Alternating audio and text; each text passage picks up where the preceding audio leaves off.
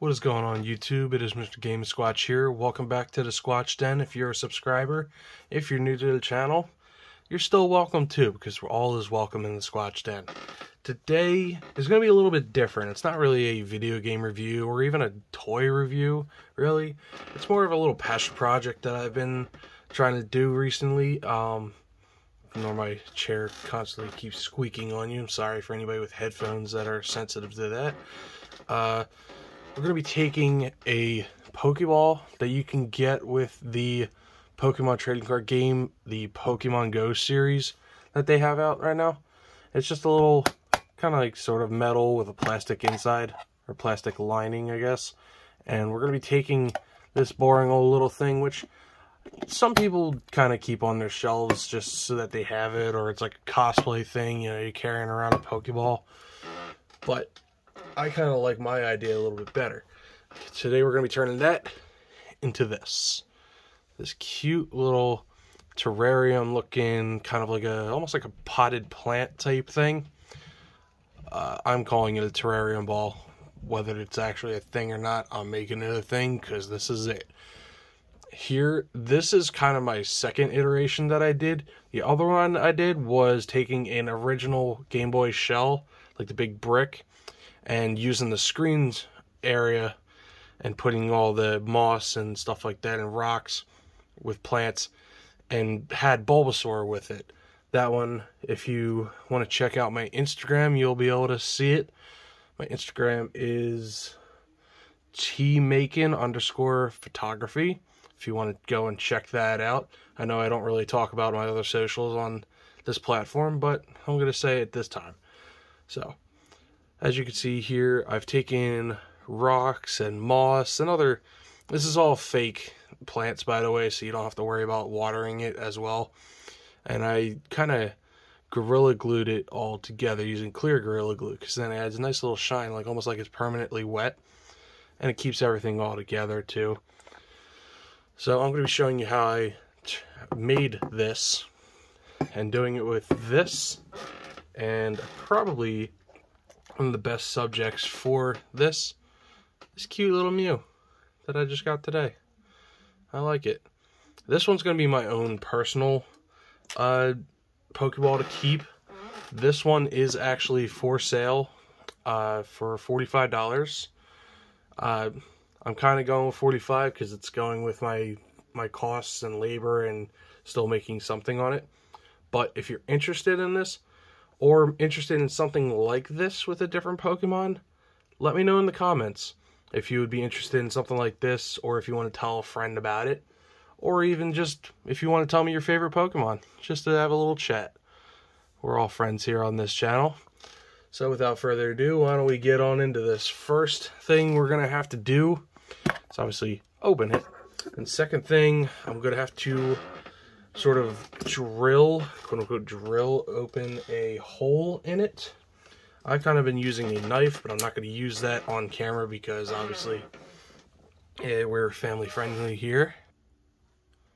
Alright, so I know it was only a second for you guys, but I just took the time to try and drill out a couple holes right there, because then we are going to take some of this little bit of wire that I have here to try and make this as like a support so that the Pokeball can stay open by itself. Because as you can see there are no hinges that hold this together like some of the plastic Pokeballs that you see.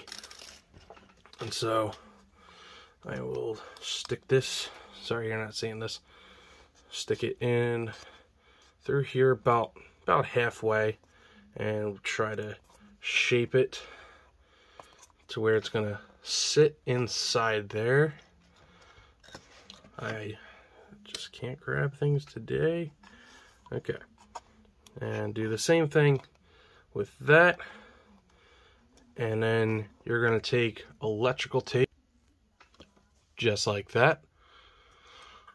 It doesn't have to be really sort of perfect, because we're going to be taking globs of moss and we're going to try and stuff up in there to cover all of that. And then what you're going to want to do is, honestly, it's sort of dealer's choice. You can either have it to where the little divot, I guess you could say, for where it's supposed to overlap would sit. Or if you want to go more cosmetic, you can keep it in the back and just keep this all around. Personally, I'm going to stick it like this. And then, like I said, you're just going to repeat the process, same down here, just like that. And now, the next thing is sort of, you're going to have to source some rocks, whether you buy them from the store or just do it like I did and just grab them from your backyard. Because, as you can see, it's not going to stay level.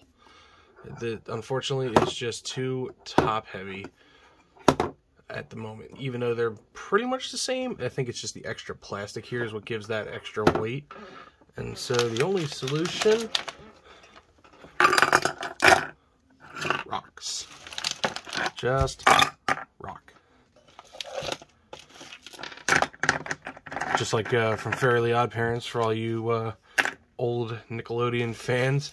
Remember? Fire, fire, fire, fire, fire! Rock, rock, rock, rock, rock! He's throwing rocks at the fire for Fairly Odd Parents. Y'all are gonna get it. You'll know it.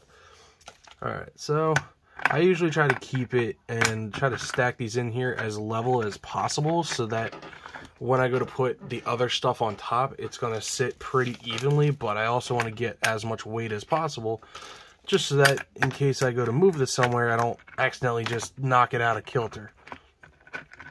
So, usually about a handful or so will do.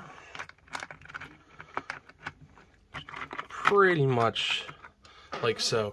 And now what you're going to want to use, like I used in the other builds, you know, I'm going to save some of these for when we go to move up to the top and do stuff up top. Of course, it doesn't help when you're doing it one-handed and it doesn't want to work with you.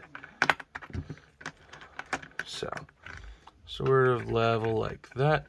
And now to try and keep everything all together, clear Gorilla Glue bonds virtually everything, and it literally does.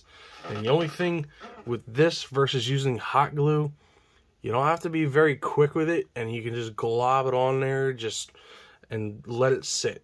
The only thing is, it says to try and sort of like hold something together, like secure it, vice it, whatever, for 2 hours. You don't really have to do that. I would just let it sit for 2 hours before you try to pick up anything. So I would just let it sit. So for now, I'll take the top off here. We're going to try and just sort of just liberally drizzle it all around. Let it go in between all of the rocks and connect everything so that it'll stay all together and also create something for your moss on top to be able to cling to and then be secured down with. So like I said, nice coating here. And now for the plants that I've chosen for this, I wanted something that was going to be more like lengthy. As you can see, I have some fake lavender, and this is all stuff I found at Walmart. They're probably $1.50, $2 a piece maybe. Some lavender, some thyme, because I just like how lengthy it is. Like I wanted to make it look like a sort of like a foresty kind of theme. I have some leftover leaves from the Togepi one that I might use. I'm not too sure just yet. I might use it to fill out the back. I have this little succulent pick. I'll probably have it on the foreground. I have this agave pick.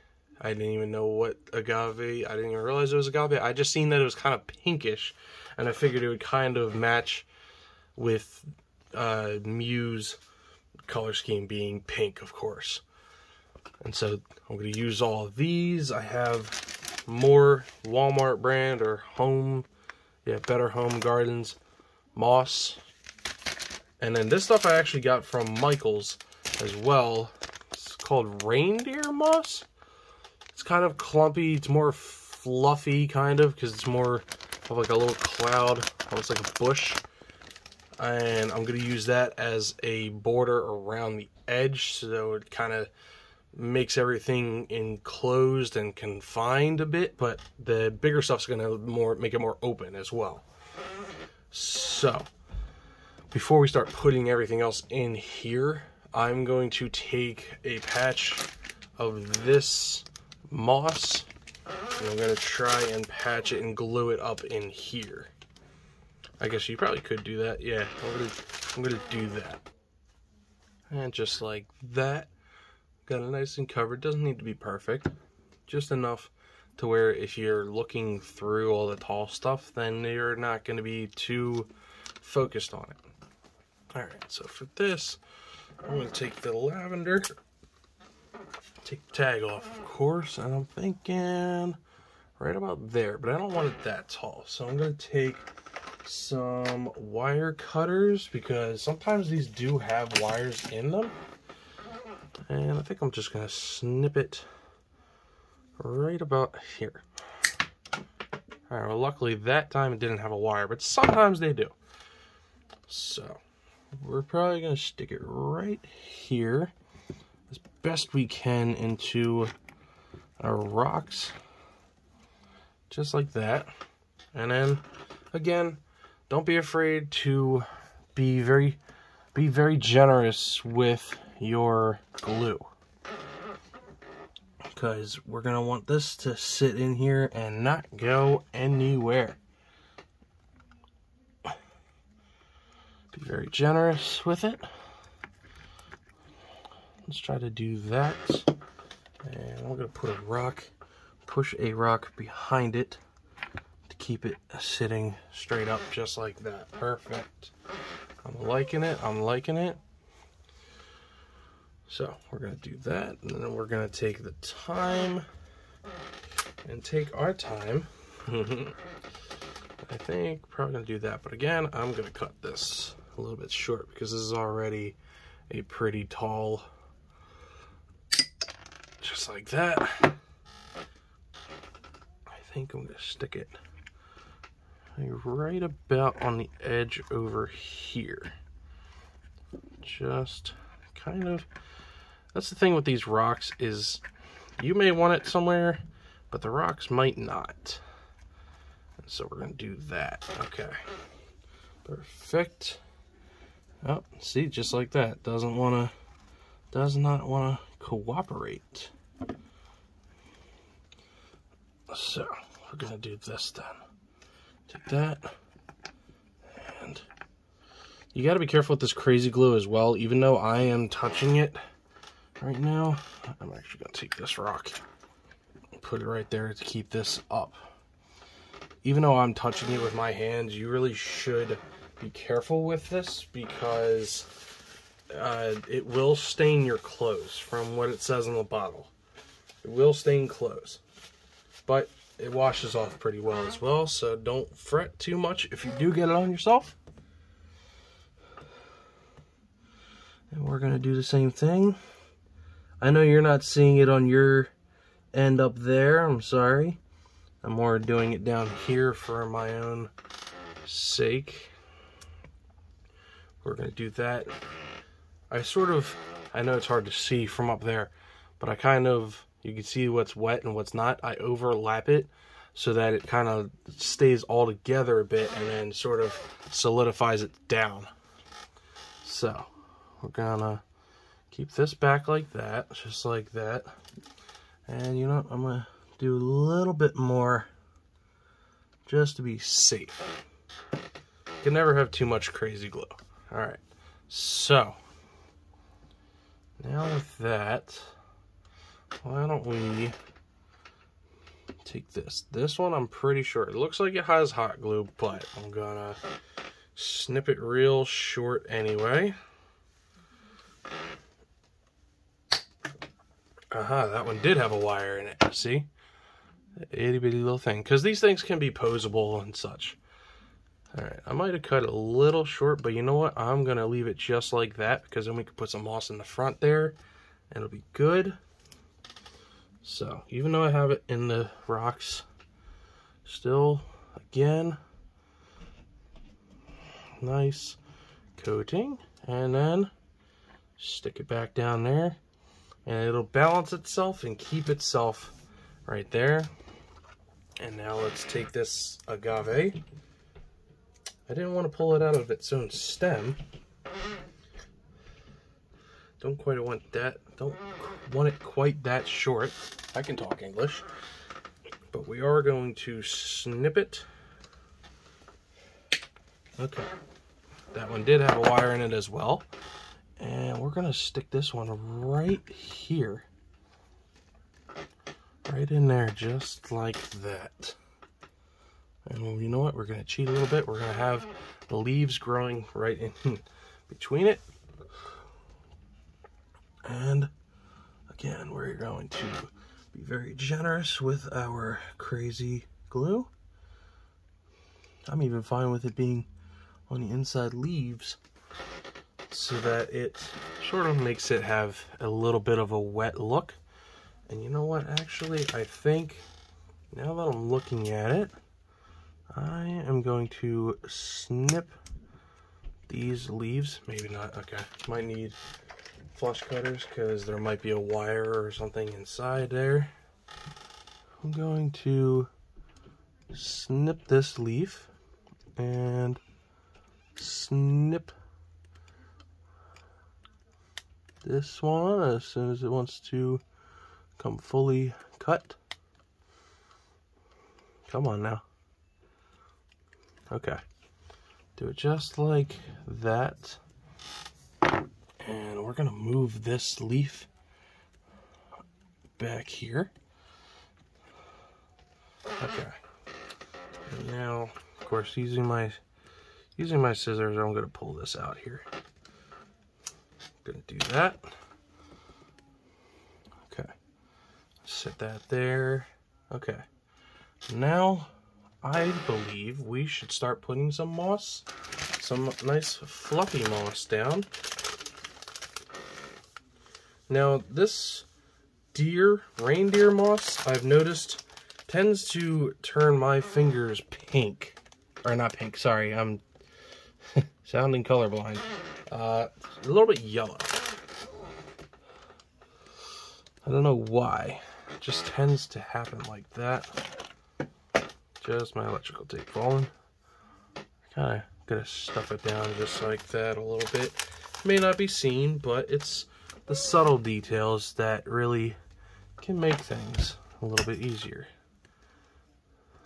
and nicer. Just like that. Doesn't have to be super in there because the crazy glue or Gorilla Glue, once it sets, it's not going to be much, it's not going to need much to hold on to. So we're going to stuff that down in there. I think I'm going to leave this side exposed because I would be worried that the moss might pump it up a little bit.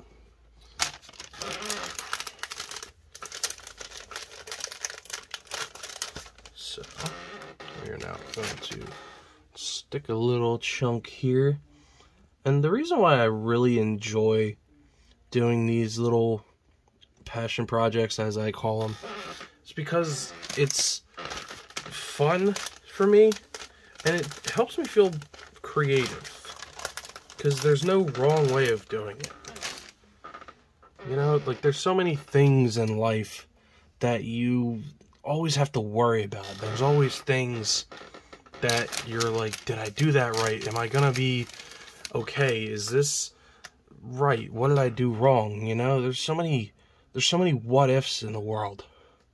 And I feel the less that you have to be guessing of what if, the happier you'll be. I mean, I know it's a simple concept. I'm probably not the first person to ever think of it, but I feel like some people need to hear that. It's, like I said, I wish, it's not really that I wish that I had somebody to tell me that. I mean, you could be preached all day about you should do this or you can do that, you know, but until one comes to their own realization, sometimes it just won't sink in. And that's what I feel with doing these little projects. I can feel like, okay, this is something that I can do. And it's, I guess you could say it's a small victory. As kind of weird and pitiful, I guess, as that sounds, some people need it, some people don't, and that's perfectly fine. As you can see, I stuck a little piece of moss to kind of differentiate the different things. And I'm going to take this rock here, I'm going to stick it right in there. Just like that. I'm going to do that. I'm going to completely cover it in glue.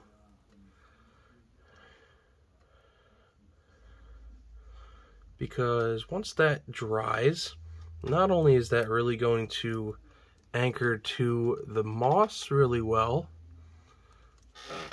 it's also going to be a great sealant for our little Mew right here. I think he's gonna look great right there. I'm gonna set him towards the back like that, and then to hide him a bit so it looks like he is actually floating, I'm gonna stuff some more moss right here. Just like that. I really like that.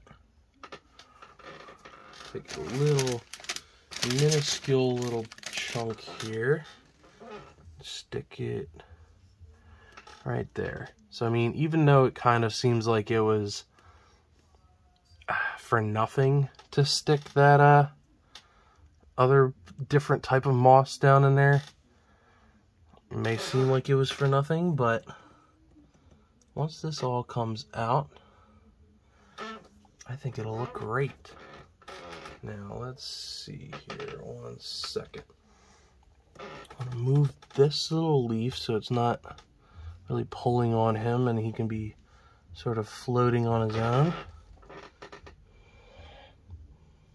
Just like that. Move this a little bit here.